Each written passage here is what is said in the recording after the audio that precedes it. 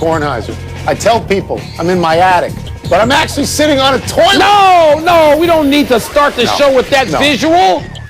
We don't need that imagery. Behind that door over there. The toilet is behind door number 3. Good. That's better. I'm actually just in my attic. No. And I don't want to get into cramping too much because it's not productive.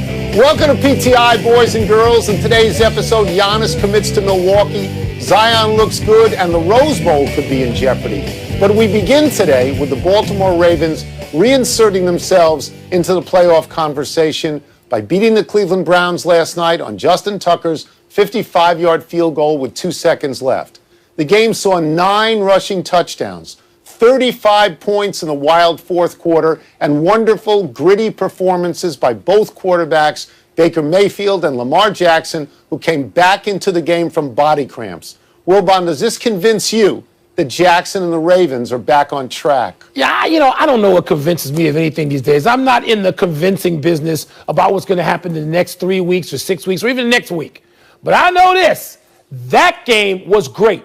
I don't care that it was played on Monday night, whatever damn day it was played on. That game is a great game. It's not just a great game of this season. It's a great game of many seasons, Tony. And when Lamar Jackson comes out of that locker room, when the backup quarterback has clearly got a knee injury and the camera shows him coming out of there, it's a scream out loud moment. I was going to call you at that moment, and then 2 people in my house said, you know he's been asleep for an hour.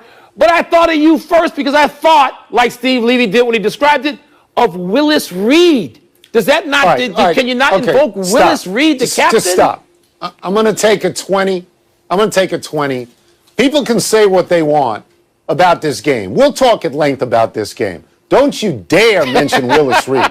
That is Game 7 of the NBA Championship Final. This is a game during the week of week 14 or whatever it is. Had this been in the Super Bowl, you could mention Willis. Stop that. All right. Don't you go there.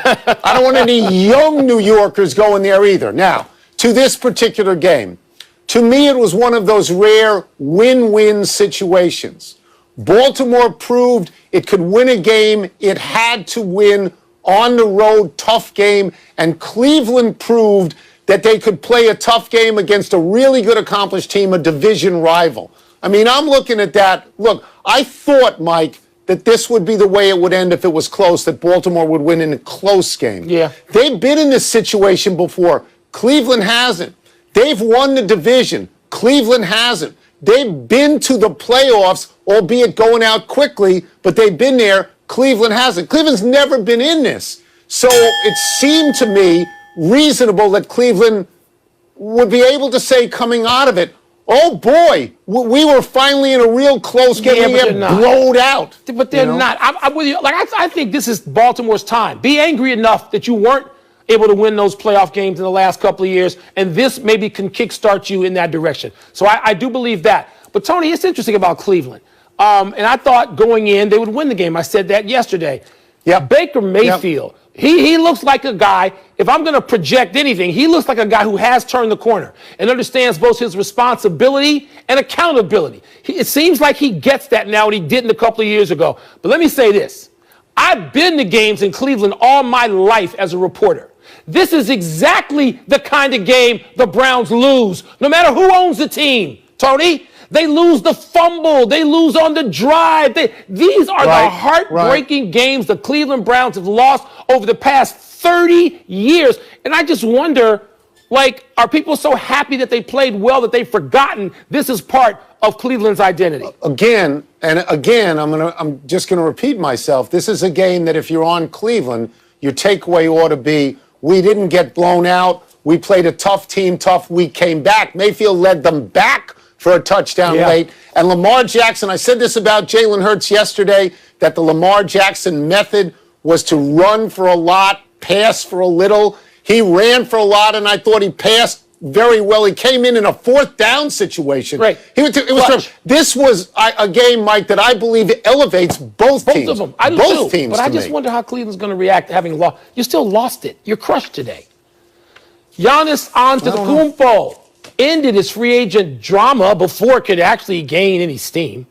The two-time MVP said today he's signing a 5-year, $228 million Supermax extension with the Milwaukee Bucks that will kick in after this season. Team president Peter Feigin called it, quote, one of the great days in Bucks history, close quote. Yes, it is. Tony, you were doubtful Giannis would stay. What do you now think of the decision he's made? Yeah, so I'm surprised. I thought he would test free agency. I thought maybe he would want to be recruited and see what was out there.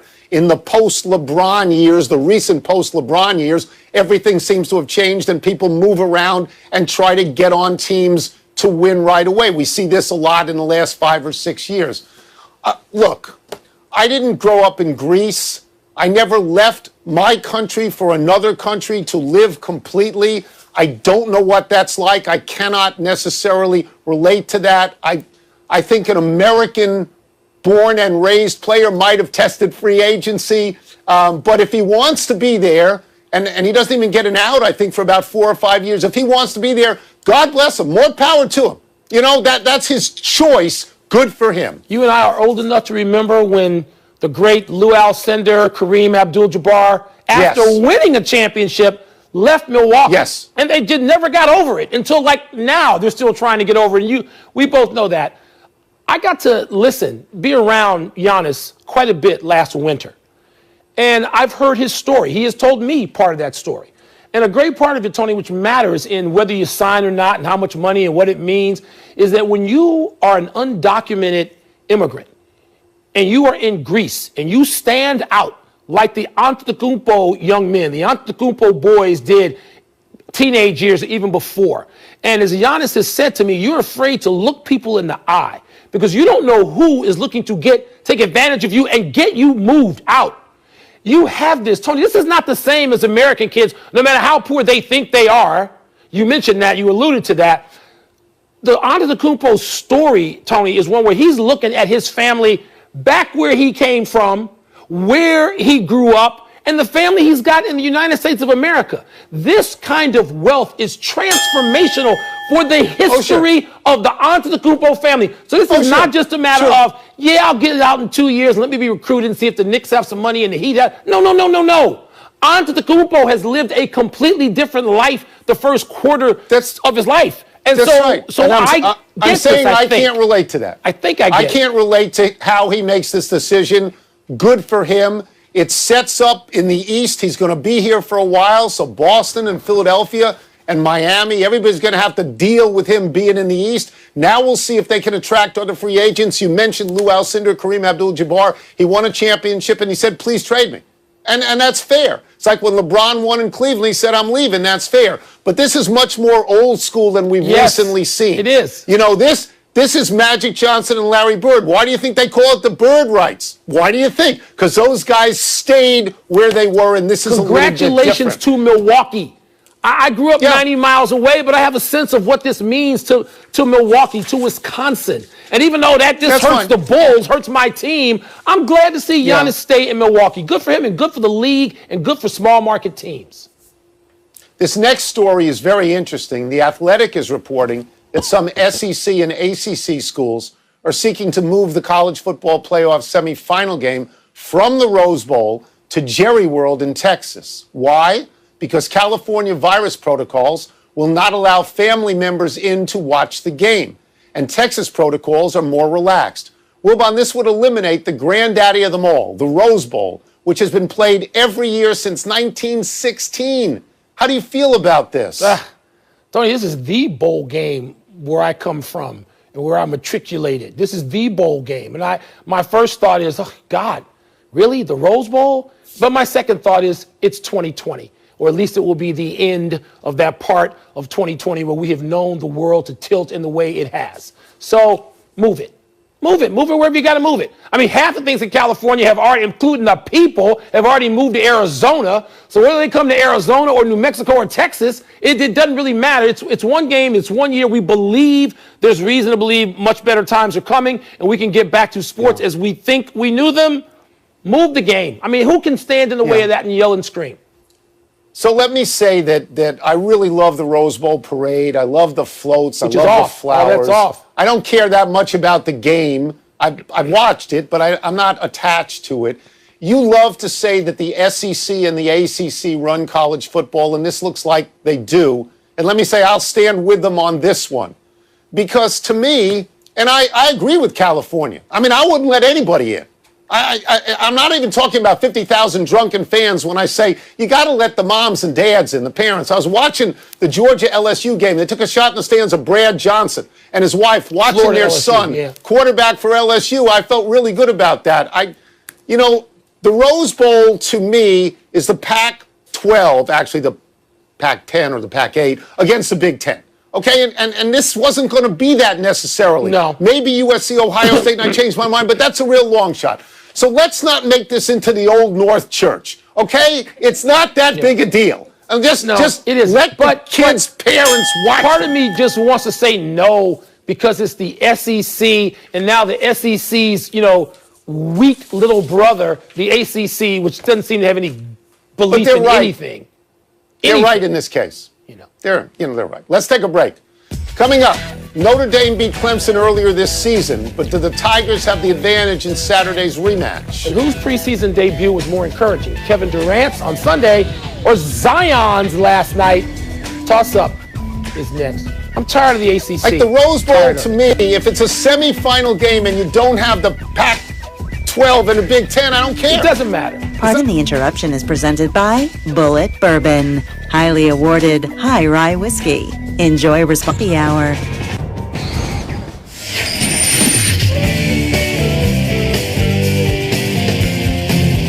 It's time for Toss Up, where Wilbon plays the role of Arizona and I play the role of Arizona State, 70-7. You got that mixed up. What's first? Toss up. Who are you favoring in their rematch, Clemson or Notre Dame? I'm favoring Clemson. I love Notre Dame. If they win, Clemson's out of the playoffs. If they keep it close, maybe Notre Dame stays in the playoffs. I just think Trevor Lawrence is a great, great player. He didn't play the first time around. He's going to play this time around. I favor Clemson. I picked Clemson the first time around, knowing they wouldn't have Trevor Lawrence. I was wrong. I'm going to pick Clemson again, this time with Trevor Lawrence, and I feel I'm going to be right. I'm not going to sort of dismiss Notre Dame. Notre Dame is a legit and worthy playoff team where we sit now. Can they keep themselves in that foursome? We'll find out. That clearly is the game of the weekend, Tony. But I'm going to go with Clemson and Trevor Lawrence because they know they got to go into this feeling we have to win. That's got to be Dabo's How about that story where they're accusing the ACC of deliberately pulling Notre Dame and Clemson out last week so neither one could get a loss before they played each other? How about that? The SEC obviously angry. What's next? Toss up. More encouraging preseason debut, Kevin Durant or Zion Williamson? You're going to have all the numbers. I'm just going to say this. Zion Williamson missed a bunch of games last year. He had injuries. He missed some games. Kevin Durant tore his Achilles. He missed the entire season. He went back out there and he played 24 minutes and he had to be scared. These games don't mean anything except from a conditioning standpoint. He had to be scared. He passed the first hurdle. Zion isn't even thinking of a hurdle. So the most important thing is Kevin Durant. Yeah, Tony, it is Kevin Durant. That's the reason I watched. I called you. I tried to get you to tune into that game on NBA TV. No, you weren't sleeping. You were just being ornery. So Kevin Durant, you're right, though, Tone. Kevin Durant's coming back. Look, people come back from ACL, MCL, from doubles. They come back from fractured, cracked open legs. What they haven't come back for, if you talk to trainers and doctors, they haven't come back successfully 100% from Achilles tears. I hope Kevin Durant does. He looked smooth and he was able to glide. I don't know if he exploded. He didn't need to the first night. Zion looked great. Zion is 12 years old. He ought to look great. This is about Kevin Durant. That's right. Good for him. Yeah, he's 10 years younger than Kevin Durant. Come on. That's it. Let's take one last break, but still to come, should the Colts invest in Phillip Rivers as their starter for several more seasons? And James Harden plans to play for the Rockets tonight. That a good sign for the franchise? I think it is.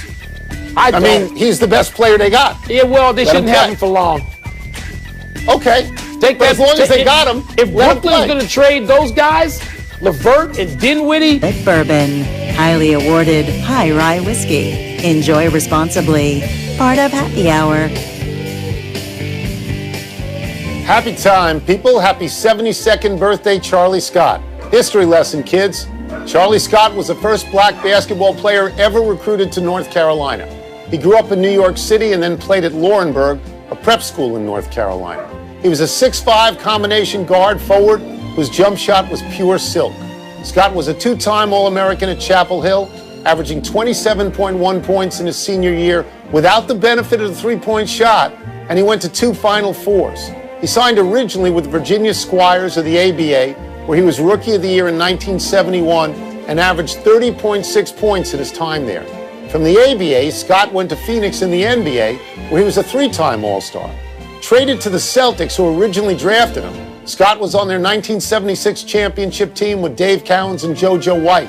He also played for the Lakers in Denver, averaging 17.9 points in the NBA.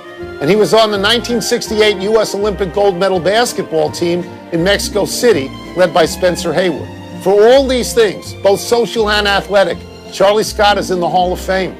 And Tony, he is truly, as you know, a historic figure in basketball. When you look at those clips, and in case for those of you too young to know the coaches, they were Dean Smith and Tommy Heinsohn were two of those coaches in those clips. He played on great teams, famous teams with great players, teammates, and he was just a great man who had a remarkable career. And it's impossible for me, and I know you too, to think of Charlie Scott being north of 70. That's like, wow, he's such a youthful exuberance about him, and he was so close with Dean Smith. And I'm glad you chose to wish him happy birthday. What are you saying about north of 70? Oops. Shut up with that. Happy anniversary, Dante Hall. On this day 18 years ago, the Chiefs' dynamic return man had this Matrix-like 49-yard touchdown catch and run against Denver. Look at Hall as he actually makes Al Wilson miss him twice and causes him to collide with another Broncos would-be tackler. Hall's nickname was Perfect, the human joystick. Over the course of his career, Hall had 12 return touchdowns, 6 on kickoffs, 6 on punts. Hall ranks tied for third all-time in kick and punt return touchdowns, behind only Devin Hester's 19 and Brian Mitchell's 13. Hall made the Pro Bowl as a returner in 2002 and 2003. On the current Chiefs, Tyreek Hill would seem to come from Hall's lineage. I don't know about you, but I think the kick return and the punt return are the most exciting plays in football. For safety reasons, the kick return appears on the way out, but a great punt return, especially when a little guy seems to get swallowed up in a scrum of charging tacklers and then emerges free and almost flying. That's thrilling to see. Well, Tony, as you know, it was the province of the most exciting players in the history of pro football. And when you just think of even the recent history, Gale Sayers, Dion, Billy White Shoes Johnson, when you talk about those guys and the aforementioned Devin Hester, these people were the single most exciting people when you were in a stadium to see underneath a kickoff or a punt. And it reduces the game of football. I understand the health risk, and the league is trying to address those, but it reduces the excitement in football when you don't have them featured primarily in these games. It does. It does. Happy trails for the Battle of the Old Oaken Bucket. For the first time since 1919, Purdue and Indiana won't play their annual in-state rivalry game due to coronavirus concerns. The Bucket will stay in Bloomington because the Hoosiers won last year's game. The Big Ten is loaded with games played for artifacts. Michigan and Minnesota play for the Little Brown Jug, which began when Michigan brought their own water with them, fearing Minnesota would not give them clean drinking water. Wisconsin and Minnesota play for Paul Bunyan's axe, which Minnesota might use on Michigan for that water slander. Indiana and Michigan State play for the old brass spittoon, which seems disgusting. Iowa and Minnesota play for Floyd of Rosedale. Floyd of Rosedale was a live pig in 1935. Now he's a bronze trophy. Enough Big Ten. Akron and Kent State play for the wagon wheel, said to come from the horse-drawn wagon of John Butchell, who established Akron in 1872, paving the way for LeBron James. How dare you forget the Land of Lincoln Trophy? Just played for this week, Illinois and Northwestern. Abe Lincoln's hat symbolically. What are you doing, huh? Got a president involved. I left that one out so you can talk about it. Let's go. I left it for you. Let's go to the big finish. James Harden will make his preseason debut for the Rockets tonight as they host the Spurs. Good sign? No, it's not a good sign. It's good to see James Harden play. I don't know if it's a good sign for Houston or somebody else where he might get traded. Good to see him play. Colts coach Frank Reich says Phillip Rivers has multiple good years of football in him. You agree with that? I don't know about multiple, but he's having a much better year than I thought he would. Dusty Baker says he's not sure whether he wants to manage the Astros past this season. Does that make sense? Yeah, I can see that. He came there to help rehabilitate the Astros. The Astros needed Dusty Baker. I don't know how much he needs them. Roger Federer says his right knee is still not 100%, and he's iffy for the Aussie Open. Your thoughts? He's 39 years old. He's had multiple surgeries. It's leaving us. Last one, 13 college basketball games canceled tonight. Give me one to watch. Undefeated Minnesota at number 13 Illinois, and Loyola Chicago also undefeated at Wisconsin. It's a Midwest sort of night, Tony. Of course it is. For you, it always is. Always. We're out of time. We'll try and do better the next time. I'm Tony Kornheiser. And I'm Mike Wilbon. Same time tomorrow, Knuckleheads. You can get the PTI podcast on the ESPN app or Apple Podcast. Now, here's sports. It's not Willis Reed.